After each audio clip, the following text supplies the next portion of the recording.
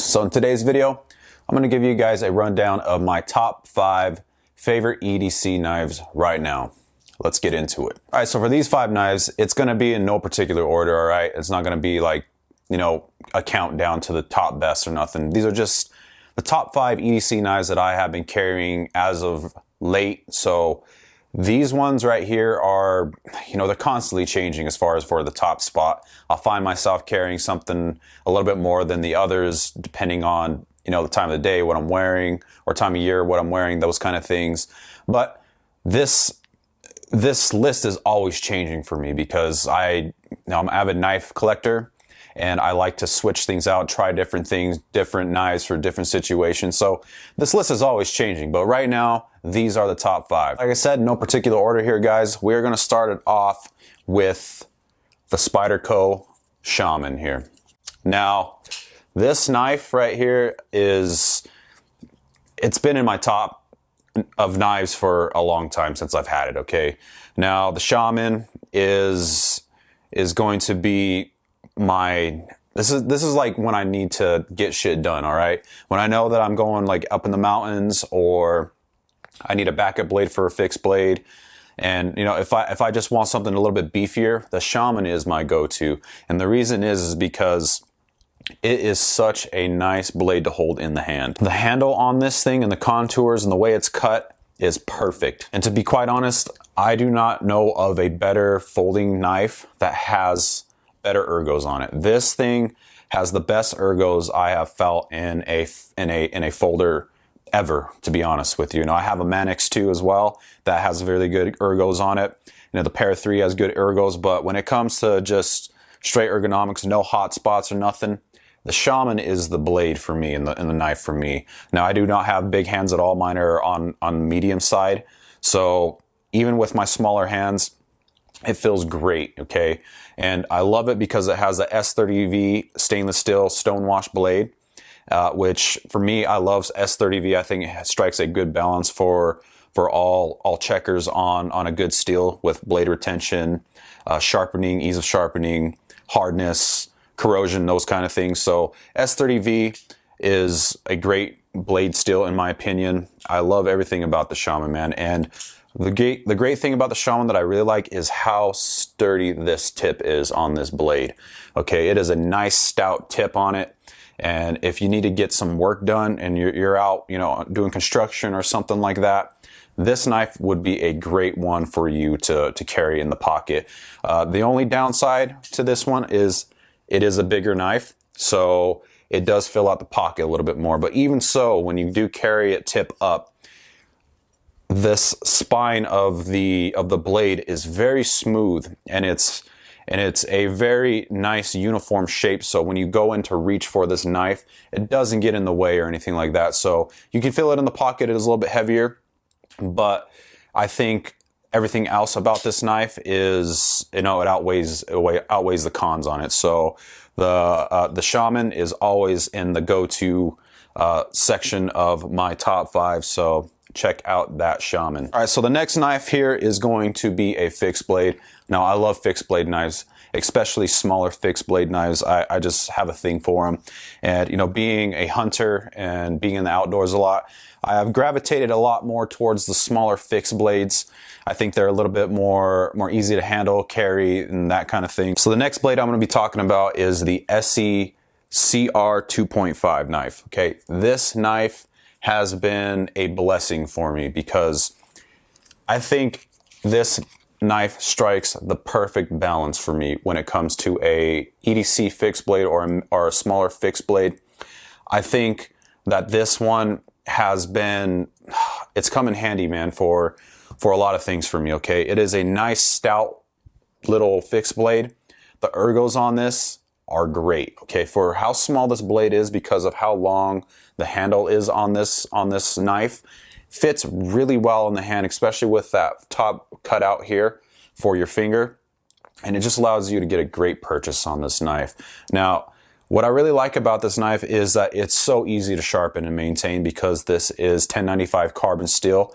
And what I like about Esee's approach to the 1095 is they actually put this coating on on the blade, and it's not really even a coating, it's just more of a finish, okay, which helps with corrosion resistance, because one of the drawbacks of 1095 is it has great strength and durability and ease of sharpening, but it has a very poor performance when it comes to corrosion. So it does rust and patina very easily. So I do like that coating they put on it. For me, it's not a big deal because I like to maintain my knives and, you know, take care of them and everything. So putting a light coating of some type of oil or wax on there is great for this. But what I really like about this is just the strength behind it, okay? I've gutted a lot of fish with it. I've done a little batoning with it. I've done just basic EDC tasks with it, but it's just a great little blade.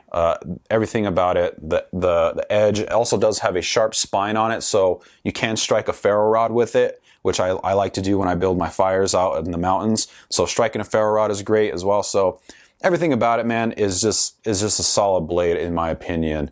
I know I got the one that is in these orange handles because, you know, when you're gutting an animal or cleaning an animal or anything like that, and you set this down somewhere, if you don't have handle material that is highly visible, you can lose a knife very easily out in the outdoors. So I did go with the Hunter Orange, which makes it a lot easier to set it down and find it. They are also G10, so you know, I'm a fan of G10. I think it's a good material. You know, you get a good purchase on it even when your hands are wet.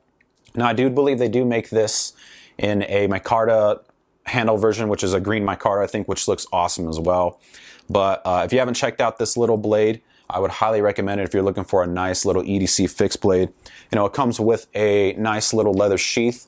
I do like the sheath, and you know, it does its job of holding a good retention, and it's a vertical carry on the belt. I'm more of a fan of a horizontal carry or scout carry and some Kydex, but I do like the sheath that it comes with. I think a lot of people that I've seen about this knife talk about this knife, their biggest qualm is the sheath. But for me, you know, I like leather, and I think it does justice for this knife. So if you haven't checked this one out, check it out. All right, next up, guys, is going to be one of the most well-known and well-used EDC blades ever to be made, all right? And that is going to be the Benchmade Osborne 940. Now, you can look on YouTube or anywhere and see reviews about this blade and this knife. I mean, it's been a staple in so many guys' EDC for a reason, okay? They did everything right with this blade.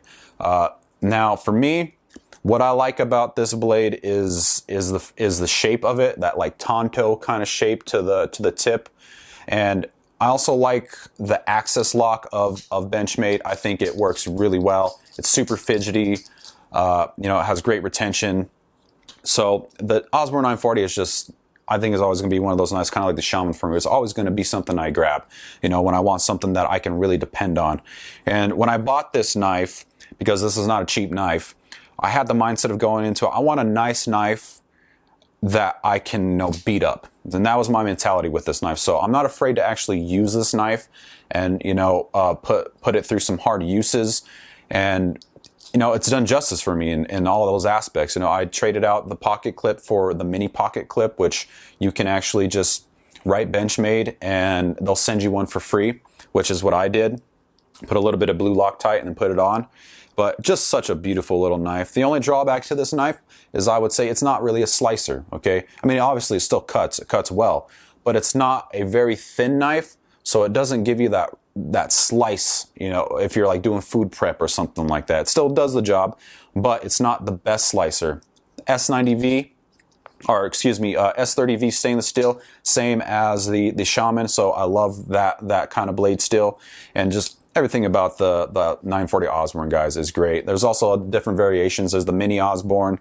They come in different colorways and everything, but I just went with the OG, the original, and it has not steered me wrong, and I think it will be a staple in my top EDC knives for a very long time. So if you have not yet checked out an Osborne, I would highly recommend it. All right, so the next one is going to be another fixed blade. Now, this is one of the first fixed blades that I got for an EDC purpose. And to be honest with you, I did a lot of research into this knife, and I wanted something that was going to be you know, a good all-around knife no matter what I do with it, right? Up in the mountains, EDC, something that is going to, strike a good balance with everything. And what that is going to be the Bradford Knives Guardian 3 here, okay? Now, this knife, first of all, is a beautiful knife, okay? Now, I opted out with this like stonewash finish that they have. I think it's called the Nimbus finish is what he uses. And then I also got the carbon fiber scales on it. And then I also put a little lanyard on here with a little brass bead on it. So just the way that this blade looks, I think is a wicked looking blade, okay? It's just such a nice little EDC blade. Now, the blade steel on it is M390, which is, top tier EDC blade steel. It does a great job of everything: corrosion resistance, sharpening resistance, or excuse me, blade retention. The sharpening's a little bit harder to do on M390, I found. Good corrosion and everything, but for an EDC blade, man, this knife is great because it just, for my hands, fits well. Has a little bit of jimping on the spine there. It's just a good solid blade. And I'll tell you what, man, this M390, which I got in the Saber grind, I do believe he makes flat grinds as well and different grinds, but this blade is a slicer. I actually cut myself really bad with this knife one time during COVID and when we were stuck at home and everything. And I was pretty nervous because when COVID first happened and we didn't know, they're showing us people dying on the street and stuff. So I was like pretty nervous about going to the hospital because, I cut myself really bad with this thing, but I ended up not going and actually just super gluing my hand and just taking care of it that way. And it worked out for me. But I will tell you, this thing is a slicer. It does a good job at slicing and everything else in it. So the Bradford Guardian 3 is always going to be a favorite of mine. And I do find myself grabbing it a lot. It doesn't come with this sheath here. It does come with a leather Scout Carry horizontal sheath, a black one, which is a very nice sheath, by the way. I do like that sheath a lot when I do, like to wear a lot more leather. But I ended up opting out and getting one of these Kydex sheaths. I think this is the Armatus Carry sheath right here. That's how you say it. Sorry if I'm butchering that name, but I did get the custom Kydex sheath for it, which works great with Scout Carry. Great retention, everything about this sheath. I think it also makes the whole unit look badass. So that sheath is great to pair along with your Bradford Guardian 3 if you have not checked out his stuff. American made, all that and whatnot. And this knife is also American made, which all the ones I've showed you so far have been American made. So if you haven't checked it out, man, Bradford Guardian 3 is another great little EDC fixed blade. If you've not checked that out, check it out. All right, guys, and now the last knife in my top 5 right now, which, to be honest with you, is a very sentimental knife to me.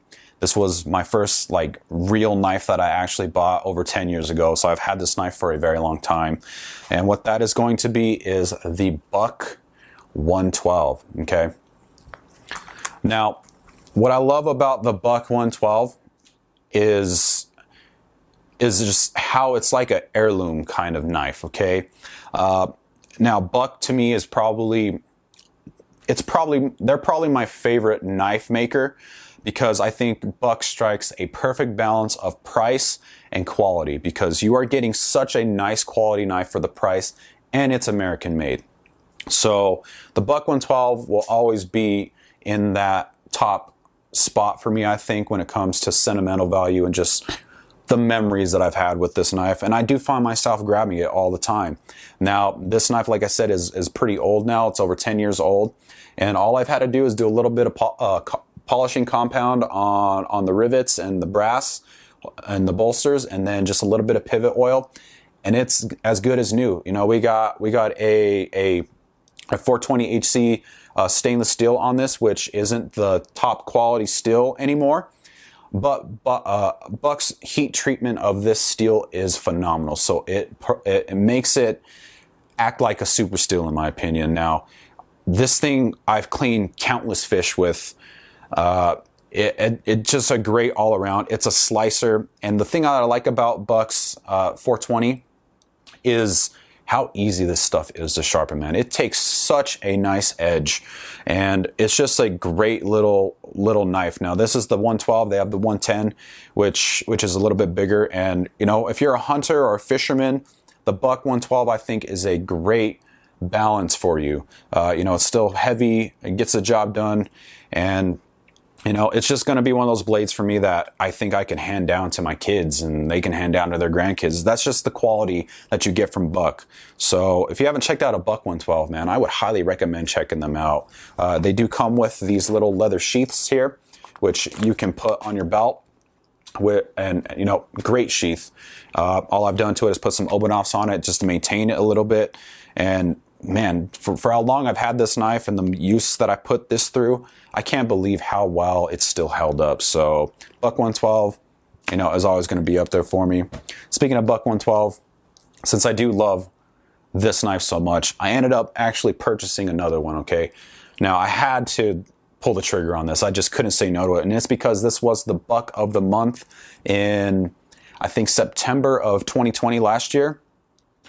And if you know me, man, like all black everything is my thing. I love all black. So they came out with this 112 Ranger, which is basically just a Buck 112 of the original version with updated hardware, basically, and updated blade steel. So we got, you know, the G10 handle scales, you know, a better lightweight package when it comes to just being an EDC blade that you can put in your pocket, has that deep carry pocket clip. And this blade steel is also going to be upgraded from the 420HC, which is going to be S30V with that Boss heat treat on it. So really good blade steel and heat treat on this. A quick little story about this knife, cool little story is I got this in the mail just days before I went on an antelope hunt, okay?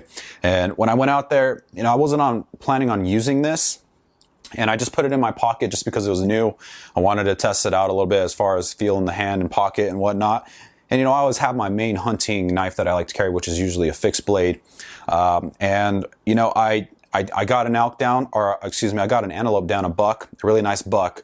And when I went to start skinning this antelope with my other knife, I hit a bone really bad, and I ended up dulling that knife to the point where I couldn't even really get it to take a good edge with my field sharpener, okay? It was just, it was still cutting a little bit, but it just wasn't doing the job that I needed it to do with how hot it was out there. So I needed to really get this job done fast because it was hot, and I wanted to get the hide off the animal as quick as possible to save as much meat as possible and whatnot. So I actually ended up pulling out this knife, and I actually ended up cleaning and gutting that whole antelope with this Buck 112 Ranger. And you know, the S30V held up great. I didn't even have to touch it. And, you know, it got all dirty and messy, and it was brand new. And I was like, oh my gosh, you know, I can't believe that I actually just gutted this whole antelope and cleaned and took off the hide on this whole antelope with this knife. So, you know, that was a cool story that I'll always remember about this knife as well. So it's just crazy to me how these Buck 112s have become so sentimental for me and have created these memories that I'll always remember about them. So going back with my old one, which I bought was my first knife.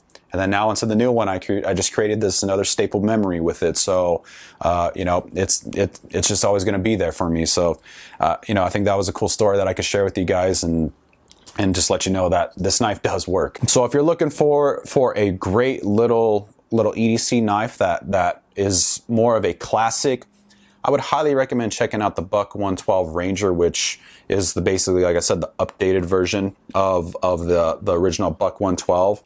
You can't go wrong with these, and you better check this one out, man, if you haven't yet, because I'm telling you, you will not be disappointed in purchasing a knife from Buck. You know, you get what you pay for when it comes to knives and steels and whatnot. So you know, I think it was a good purchase, and I cannot be more happy with carrying these knives. So those are going to be my top 5 knives right now. Now, I will do my best to leave some links in the description for you guys to check out these knives online, you know, to the websites, and maybe some are on Amazon and whatnot. So if you do purchase anything in those Amazon links, you know, I do get a kickback from those because I am an affiliate with Amazon. So if you do purchase, just be aware of that. I don't get any, it doesn't make the price of the product any more to you or anything like that. Just a way for me to be compensated for it. But I'll do my best to get those links for you guys so you can check them out, because I think they're worth checking out.